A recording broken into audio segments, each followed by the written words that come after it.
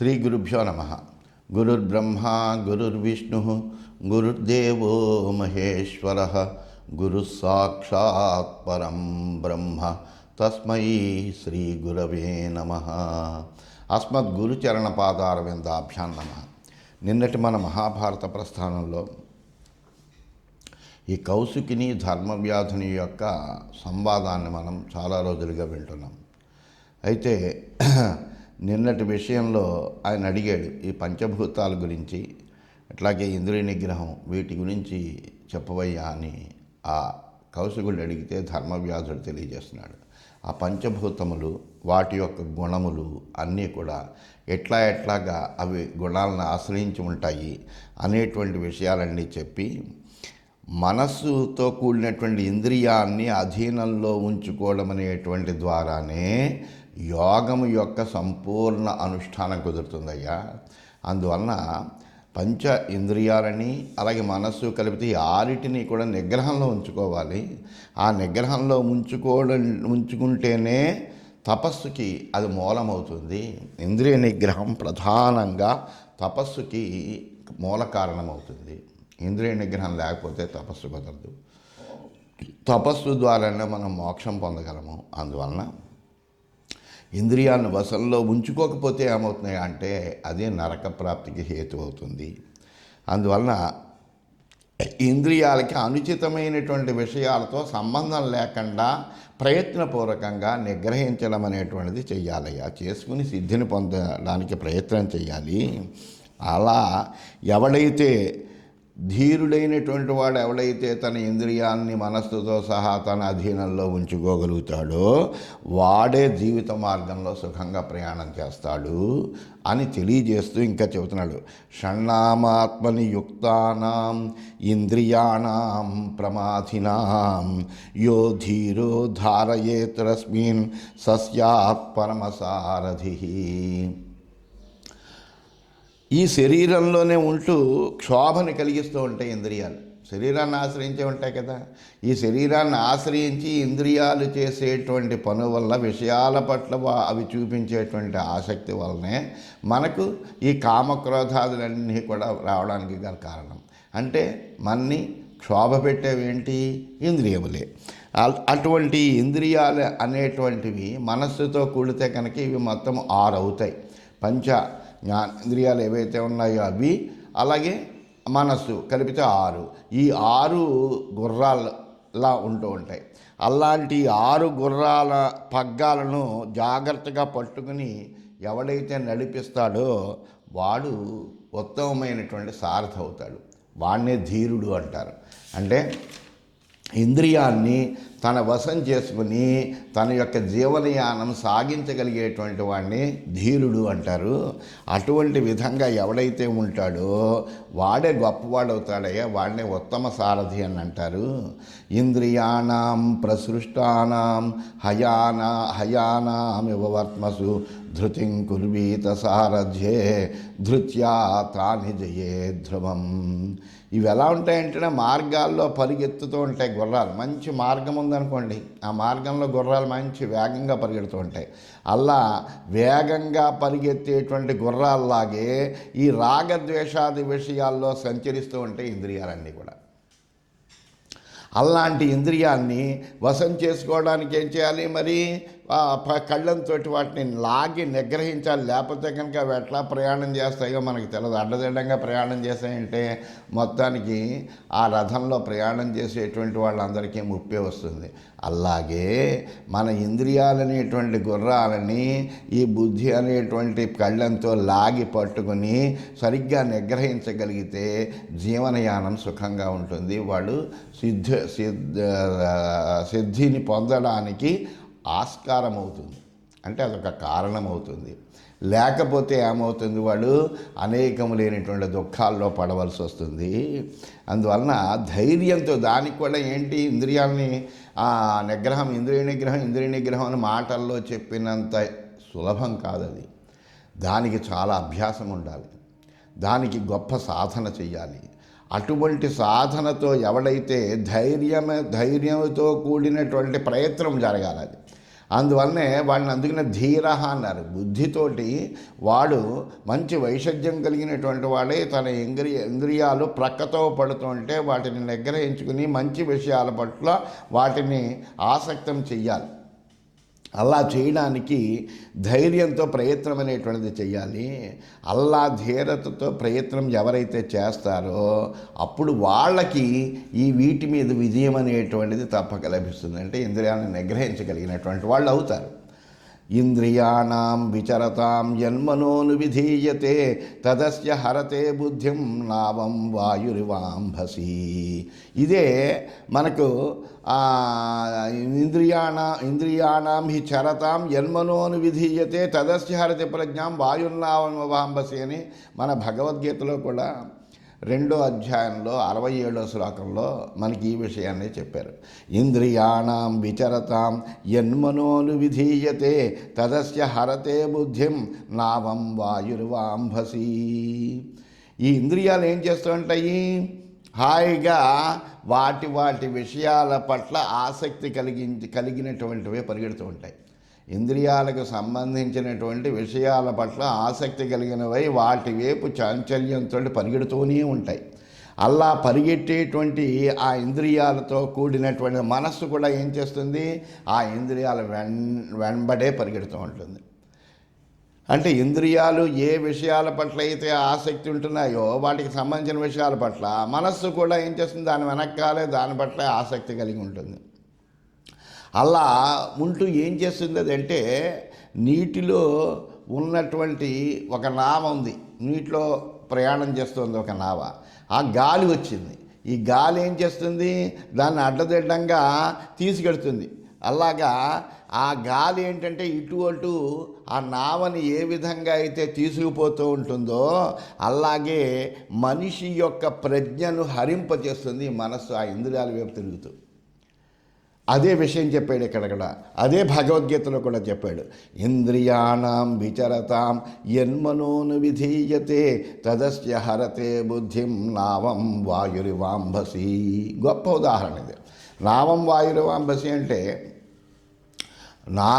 నీళ్లలో తిరుగుతున్నటువంటి నావని ఏ విధంగా అయితే గాలి ఇటు అటు తీసుకెళ్ళిపోయి తన ప్రయాణం తాను చేయకుండా ఏ విధంగా చేస్తుందో అలాగే మన బుద్ధిని ఏం చేస్తుందంటే పక్కదోవని బుద్ధిని హరింపజేస్తుంది. మనస్సు కూడా ఇంద్రియాల వెనకాల పరిగెడుతూ నీళ్లలో ప్రయాణించే పడవను గాలివాటం ఏ విధంగా అయితే నడుపుతుందో అలాగే విషయాల్లో సంచరించే ఇంద్రియాలతో కూడినటువంటి మనస్సు అనేటువంటి ఒక్క ఇంద్రియమే దృఢత్వం లేనటువంటి వ్యక్తి యొక్క బుద్ధిని అంతటినీ కూడా నడుపుతూ ఉంటుంది. వాడి యొక్క ప్రజ్ఞను హరించి వేసేస్తూ ఉంటుంది. ఏషు విప్రతిపద్యంతే షట్సు మోహాత్ ఫలాగమం తేషు అధ్యభిషితాధ్యాయి విందతే ధ్యానజం ఫలం. అందువల్ల మానవులందరూ ఏం చేయాలంటే అజ్ఞానం వలన ఈ 6 ఇంద్రియాల ద్వారా కలిగేటువంటి ఫలప్రాప్తి విషయంలో సందేహగ్రస్తులు అవుతూ ఉంటారు. అయితే వాటి యొక్క దోషాలను ఎవడు గుర్తించగలడు అంటే రాగం లేనటువంటి వాడు గుర్తించగలుగుతాడు. దేని యందు అయితే రాగం అనేటువంటిదే ఉండదో, దేని యందైతే ఇంద్రియముల యొక్క చాంచల్యము పట్ల ఎంత మాత్రమూ ఆసక్తి కలగనటువంటి వాడు ఎవడైతే ఉంటాడో, ఇంద్రియాల్ని తన వశంలోనే ఉంచుకోగలిగినటువంటి వాడు ఎవడైతే ఉంటాడో వాడు మాత్రమే ఏం చేస్తాడు? వాడు వీటి యొక్క దోషాలను గుర్తించగలిగినటువంటి జ్ఞానం కలిగినటువంటి వాడయ్యి ఆ దోషాలను గుర్తించి వాటిని నిగ్రహించి ధ్యానం ద్వారా ప్రాప్తమైనటువంటి ఆనందాన్ని అనుభవిస్తాడు. ఇవేమిటి? క్షణికమైనటువంటి తత్కాలీనమైనటువంటి సుఖాన్ని మాత్రమే ఇచ్చేటువంటివి ఇంద్రియాలు. అందువలన ఏమవుతాయి? ఇంద్రియాలు ఏం చేస్తాయి? తత్కాలీనమైనటువంటి సుఖం పట్ల ఆసక్తి కలిగినటువంటి ఈ భోగాల పట్ల ఇచ్చ కలిగినటువంటివే ఇంద్రియాలు ప్రవర్తిస్తూ ఉంటాయి. ఈ ప్రవర్తించేటువంటి ఇంద్రియాల్ని బుద్ధి కలిగినటువంటి వాడు ఏం చేస్తాడంటే తత్కాలీనమైనటువంటి సుఖం కాదు, మనకు శాశ్వతమైనటువంటి సుఖం కావాలి, ఆ శాశ్వతమైన సుఖం వైపు మనం ప్రయాణం చేయాలి అనే ఉద్దేశంతో జ్ఞానము కలిగినటువంటి వాడు ఏంటంటే ప్రయత్నపూర్వకంగా వీటి యొక్క గమనాన్ని నిగ్రహించగలిగినటువంటి వాడై వాటిలో ఉండేటువంటి దోషాలను గుర్తెరిగినటువంటి వాడై వాటిని నిగ్రహించి ధ్యానం ద్వారా ప్రాప్తమైనటువంటి ఆనందాన్ని ధ్యానజం ఫలం విందతే అటువంటి వాడు ఆ ధ్యానం వల్ల పుట్టేటువంటి ఫలాన్ని, ఆనందం అనేటువంటి ఫలాన్ని వాడు పొందుతూ ఉంటాడు అని ధర్మవ్యాధుడు చాలా చక్కగా స్పష్టంగా చక్కగా విడమరిచి చెప్పాడు. ఇది శ్రీమన్మహాభారతే వనపర్వణి మార్కండేయ సమస్యాపర్వణి బ్రాహ్మణ వ్యాధ సంవాదే ఏకాదశాధిక-ద్విశతమోధ్యాయ. ఈ విధంగా శ్రీమన్మహాభారతంలో వనపర్వంలో మార్కండేయ సమస్యాపర్వం అనే ఉపపర్వంలో బ్రాహ్మణ వ్యాస సంవాదం అనేటువంటి 211వ అధ్యాయం పూర్తయింది. 212వ అధ్యాయంలోకి మనం ప్రవేశించాం. ఈ వృత్తాంతం అంతా కూడా మార్కండేయ మహర్షి ధర్మరాజుకి, పాండవులకి అందరికీ కూడా తెలియజేస్తున్నాడు. ఏ వంతు సూక్ష్మీకథితే ధర్మ వ్యాధేన భారత బ్రాహ్మణస్స పునః సూక్ష్మం పప్రచ్ఛ సుసమాహిత. మార్కండేయ మహర్షి చెప్తున్నాడు, ధర్మరాజా, ఈ విధంగా ధర్మవ్యాధుడు సూక్ష్మమైనటువంటి ధర్మాన్నంతటినీ కూడా చక్కగా నిరూపించాడు. హేతుబద్ధంగా నిరూపించినటువంటి వాడైన తర్వాత కౌశికుడు కూడా చాలా ఏకాగ్రతతోటి వింటున్నాడు. ఎందుకంటే అప్పటి వరకు ఇంత సూక్ష్మమైనటువంటి విషయాల పట్ల జ్ఞానం లేనటువంటి వాడు అతను. అందువల్ల ఎప్పుడైతే నువ్వు ధర్మాన్ని ఇంకా తెలుసుకోవాలయ్యా అని ఆమె పంపించింది ఆ పతివ్రత, అక్కడికి వచ్చాడు. ఈ ధర్మవ్యాధుడు చాలా చక్కగా చెబుతున్నాడు. చెప్తూ ఉంటే అతని మాటలు వినేటప్పటికీ ఇతను చాలా జ్ఞాని అయినటువంటి వాడు అనేటువంటి ఒక విశ్వాసం కలిగింది. అందువలన అతని యొక్క మాటలు యందు విశ్వాసం కలిగింది. ఇంకా ఇంకా తెలుసుకోవాలనుకుంటున్నాడు. అనేకములైనటువంటి ప్రశ్నలు వేస్తున్నాడు. అన్నిటికీ కూడా విడమర్చి ఆయన చెబుతున్నాడు. అందువలన అతని మీద ఉండేటువంటి విశ్వాసం కలిగినటువంటి వాడై ఏకాగ్ర చిత్తంతో కౌశికుడు ఇంకొక సూక్ష్మమైనటువంటి విషయాన్ని ఈ విధంగా అడిగేట. ఏమని అడిగాడంటే, సత్వస్య రజసశ్చైవ తమసశ్చ యథా తథం గుణాంస్తత్వేన మే బ్రూహి యథావదిహ పృచ్ఛతః. ఓ మహానుభావ, లోకంలో ఈ సత్వల త్రిగుణాత్మకమైనటువంటిదే కదా అంతా కూడాను. సత్వరజస్తమో గుణాలని చెప్తారు కదా. అసలు ఈ నాకు ఈ సందర్భంగా సత్వం అంటే ఏంటి, రజస్ అంటే ఏంటి, తమస్సు ఏంటి, వాటి యొక్క యథార్థ తత్వం ఏంటి అనేటువంటి అన్నీ కూడా ఉన్నదన్నట్టుగా ఈ గుణముల యొక్క స్వభావం, సత్వరజస్తమో గుణములు, ఈ త్రిగుణముల యొక్క స్వభావం ఏంటి, అదంతా కూడా ఉన్నదన్నట్టుగా నాకు తెలియజేయవలసిందయ్యా అని అడిగాడు. అడిగితే అప్పుడు ధర్మవ్యాసుడు చెబుతున్నాడు, హంతతే కథయిష్యామి యన్మాం త్వం పరిపృచ్ఛసి తేషాం గుణాన్ పృథక్వేన నిబోధ గదతో మమ. ఆ ధర్మవ్యాధుడు చెప్తున్నాడు, కౌశిక, నువ్వు అడిగిన దానికి సరైనటువంటి సమాధానం నేను చెప్తానయ్యా. ఈ సత్వరజస్తమస్సులనేటువంటి గుణాలు 3 ఎలాగైతే ఉన్నాయో అసలు ముందు విడివిడిగా వాటి యొక్క గుణాన్ని చెప్తాను, తెలుసుకోమందర. అసలు సత్వం అంటే ఏమిటి, రజస్సు అంటే ఏమిటి, తమస్సు అంటే ఏమిటి, వీటి యొక్క స్వభావం నేను విడివిడిగా చెప్తాను, ఒకసారి జాగ్రత్తగా అర్థం చేసుకో అని చెప్పాడు. మోహాత్మకం తమః తేషాం రజయేవ ప్రవర్తకం ప్రకాశ బహుళత్వాచ్చ సత్వం జ్యాయైహోచ్యతే. అయితే సత్వము, రజస్సు, తమస్సు అని 3 గుణాలు ఉన్నాయి. ఈ 3 గుణాల్లోనూ కూడా ఉజ్వలమైనటువంటిది, అన్నిటికంటే శ్రేష్టమైనటువంటిది ఏంటయ్యా అంటే సత్వగుణము. ఎలా శ్రేష్టమైందయ్యా అంటే ఈ 3 తమోగుణములను చూసారా, ఈ తమోగుణము మోహాత్మకమైనటువంటిది. అంటే ఎప్పుడు కూడా తమస్సు మోహాన్ని కలిగిస్తుంది. మోహం అంటే అజ్ఞానం, తమోగుణం అంటే అజ్ఞానంతో కూడి ఉంటుంది. అందువలన అజ్ఞానాన్ని కలగజేస్తూ ఉంటుంది అది ఆ తమస్సు అనేటువంటిది. వీటిల్లో రజోగుణం ఉన్నది. ఆ రజోగుణము పనుల్లో మన ప్రవర్తింపజేస్తూ ఉంటుంది. మన అనేకములైన అంటే ఏంటి, ఈ లౌకికమైనటువంటి పనుల్లో నేర్పరితనాన్ని అంతటినీ కూడా మనకు ప్రసాదించేటువంటిది ఏమిటయ్యా అంటే రజోగుణమే. అందువల్ల ఆ రజోగుణం ఏంటంటే మన అనేకములైనటువంటి పనుల్లో అంటే కర్మలలో నియుక్తమయ్యేటట్టుగా చేస్తూ ఉంటుంది, వాటిలో ప్రవర్తించేటట్టుగా చేస్తూ ఉంటుంది. ఆ విధంగా మనని కర్మ ప్రేరకమయ్యి ఉంటూ ఉంటుంది రజోగుణం ఎప్పుడూ కూడాను. ఇంకా సత్వగుణం ఉందంటే అది చాలా జాజ్వల్యమానంగా ఉంటుందయ్యా, అత్యంత ప్రకాశవంతంగా ఉంటుంది. తమస్సు అనేటువంటిది అజ్ఞానం అనేటువంటిది అంధకారం అయితే సత్వం అనేటువంటిది జ్ఞానంతో కూడినటువంటి ప్రకాశమయ్యా. ఆ సత్వగుణం కనుక మనకు ఉంటే కనుక ఈ అజ్ఞానం పోతుంది. అందువల్ల ఈ సత్వగుణాన్ని అధికమైన ప్రకాశవంతమైనటువంటి దానిగా చెబుతారు. అన్నిటికంటే ఇదే శ్రేష్టమైనటువంటి గుణమయ్యా అని చెప్పు. అవిద్యా బహులో మూఢ స్వప్నశీలో విచేతన దుర్హృషీకస్తమోధ్వస్త సక్రోధస్తామసో అలస. అయితే ఈ తమోగుణం కలిగినటువంటి వాడు ఎలా ఉంటాడు, వాడి యొక్క స్వభావం ఎలా ఉంటుంది, ఆ తామసుడని వాడిని ఎందుకు అంటారు అంటే అవిద్యా బహుళో మూఢ. వాడికి ఏంటి అవిద్య, అజ్ఞానం అధికంగా ఉంటుంది వాడికి. అవిద్యా బహుళ అంటే ఏంటి, అవిద్య అంటే విద్య లేకపోవడమే కదా, విద్య లేకపోతే జ్ఞానం ఉండదు కదా. అందుకని అవిద్యతోటి అధికంగా ఉండేటువంటి వాడు, అజ్ఞానం అధికంగా ఉండేటువంటి వాడు మూర్ఖుడు. స్వప్నశీల విచేతన. స్వప్నశీల వాడు ఏం చేస్తాడు, ఎప్పుడు కూడా కళ్ళు కంటూ ఉంటాడు. అంటే అర్థం ఏంటి, ఎప్పుడు నిద్రపోతూ ఉంటాడు, ఒళ్ళు తెలియకుండా నిద్రపోతూ ఉంటాడు. అలాగే చైతన్యం లేకుండా ఉంటాడు.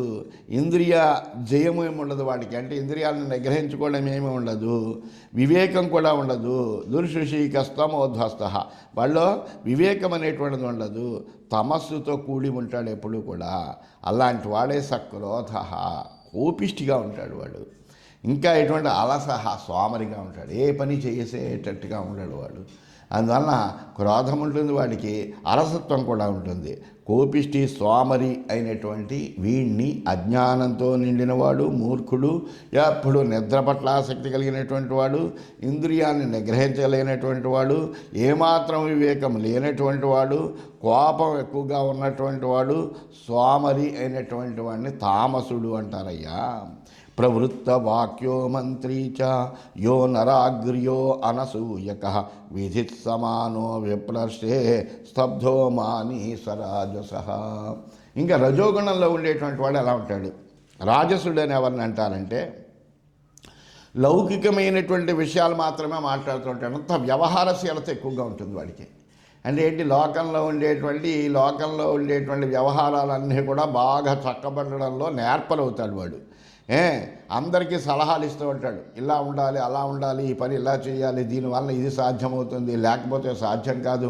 ఇటువంటి సలహాలన్నీ కూడా చాలా చక్కగా ఇవ్వగలిగేటువంటి వాడు. అలాగే ఇతరుల యొక్క గుణాలలో దోషాలను ఏమి చూడడు. ఎవరి దగ్గర గుణాలు ఉన్నాయో ఆ గుణాలని తెలుసుకునేటువంటి వాడే, అంతేగాని ఆ గుణాలని దోషాలుగా చూసేటువంటి వాడు కాదంటే గుణదోష వివేకత్వం అనేటువంటిది వీడికి ఉంటుంది. అలాగే అయితే వీడు ఎటువంటి వాడు అంటే మిక్కిలి ఆశ ఉంటుంది వీడికి. ఎప్పుడు కూడా ఏదో ఒకటి పొందాలి అనేటువంటి, అంటే ఆశ ఉంటేనే కదా ప్రవర్తిస్తాడు. పనులు ఏంది ఎవడు ప్రవర్తించగలడు, నిరాశ కలిగినటువంటి వాడు ప్రవర్తించలేడు కదా. ఆశ బలవతీ రాజన్ అంటాడు. అందుకని ఆశ అనేటువంటిది చాలా బలమైనటువంటిది. యయాబద్ధాశ్చ ప్రధావంతి ముక్తాః తిష్టంతి పొంగువత్ అంటాడు. ఆశ అనేటువంటిది ఏంటంటే ఆశానామ మనుష్యాణం కాచిద్ ఆశ్చర్య శృంఖల యయాబద్ధాః ప్రధావంతి ముక్తాః తిష్టంతి పొంగువత్ అంటాడు. ఆశ అనేటువంటిది ఒక ఆశ్చర్యకరమైనటువంటి సంఖ్యలు లాంటిదిట. ఈ ఆశ అనేటువంటి సంఖ్యల చేత బంధింపబడినటువంటి వాడు ముందుకు పరిగెడతాడట. కానీ మరి సంఖ్యలు వేస్తే పరిగెలా పెడతాడు అంటే ఆశ అనేటువంటి సంఖ్యలు బిగిస్తే కనుక వాడు ముందరకి పరిగెడతాడు. ఎందుకంటే ఆశ ఉంటే కనుక దాని యందు అది ప్రవర్తింపజేసుకోవడం కోసమని కార్యోన్ముఖుడై పరిగెడుతూ ఉంటాడు. ఆశ లేనటువంటి వాడు ముక్తాహ అంటే ఆశ చేత విడవబడినటువంటి వాడు పంగువత్తిష్టంతి అంటే కుంటి వాళ్ళకి అక్కడికే వెళ్ళడం, అక్కడే ఒకటి అంటే కూర్చుంటాడు. అందువలన దాన్ని ఆశ్చర్యకరమైన సంఖ్యలు అన్నారు. అటువంటి ఆశ కలిగినటువంటి వాడు అవుతాడు, అధికమైన ఆశ కలిగినటువంటి వాడు అవుతాడు. అలాగే అందరి చేత గౌరవింపబడతాడు. ఎందుకంటే అందరికీ సలహాలు ఇవ్వగలడు కదా, పనుల్లో నైపుణ్యం ఉన్నటువంటి వాడు కదా, లోకంలో వ్యవహార దక్షత కలిగినటువంటి వాడు కదా. అందువలన అందరూ కూడా వీళ్ళని గౌరవిస్తూ ఉంటారు. అలాగే అభిమానం ఎక్కువగా ఉన్నటువంటి వాడు, వాడికి స్వాభిమానం ఎక్కువగా ఉంటుంది. అటువంటి వాడిని రాజసుడు అంటారు.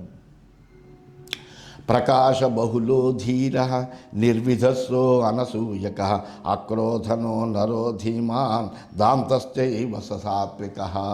ఇంకా సాత్వికుడు అని ఎవరిని అంటారంటే ప్రకాశముడు, ప్రకాశ బహుళ, వాడు ఎటువంటి వాడు అంటే అధికమైన ప్రకాశం కలిగినటువంటి వాడు.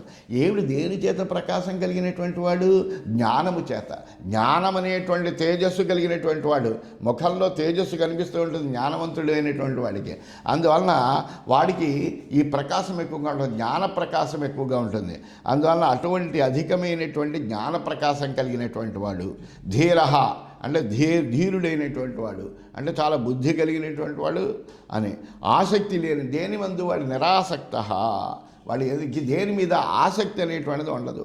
అలాగే ఇతరుల యొక్క దోషాన్ని చూసేటువంటి స్వభావం ఏమీ ఉండదు. ఎవరి దాంట్లోనూ దోషాలను చూడడు.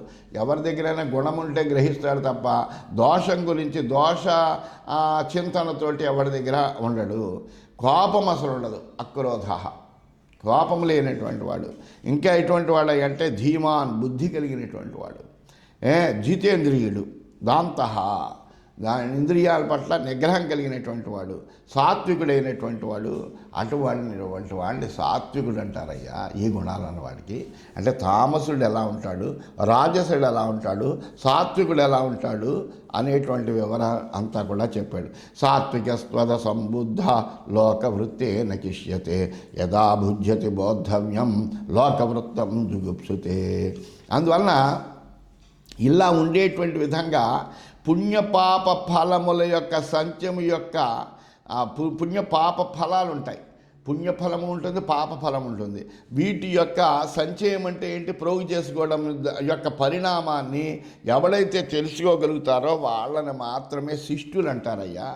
వారినే మిగిలినటువంటి శిష్యులు కూడా సమ్మతిస్తారు. అంటే ఒక శిష్యుడు ఇంకో శిష్యుడిని గౌరవించారు. శిష్టమైనటువంటి వాడు అంటే బాగా తెలివైనటువంటి వాడు, బుద్ధి కలిగినటువంటి వాడు, ఏది నిత్యమో తెలుసుకున్నటువంటి వాడు, మంచి ఆచారం కలిగినటువంటి వాడు. అటువంటి శిష్యులను ఇంకో శిష్యుడు సమ్మతిస్తాడు. ఈ విధంగా సాత్వికుడైనటువంటి వాడికి ఈ బుద్ధులన్నీ కూడా ఉంటాయి. పుణ్యపాప ఫలాల యొక్క పరిణామం వాడికి తెలుస్తుంది. అందువలన అటువంటి వాళ్ళనే శిష్టులు అంటారు, ఆ సాత్వికులనే. వాళ్ళనే మిగిలినటువంటి వాళ్ళందరూ కూడా సమ్మతిస్తారయ్యా అంటూ ఆ గుణముల యొక్క స్వభావాన్ని, ఆ గుణములు కలిగినటువంటి వాళ్ళ గురించి కూడా ఎవరిని సాత్వికుడు అంటారు, ఎవరిని రాజసుడు అంటారు, ఎవరిని తామసుడు అంటారు అనేటువంటి విషయాలన్నీ కూడా ఈ ధర్మవ్యాధుడు ఆ కౌశికుడికి ఇలా ఈ విధంగా తెలియజేస్తున్నాడు అని తెలియజేస్తూ స్వస్తి.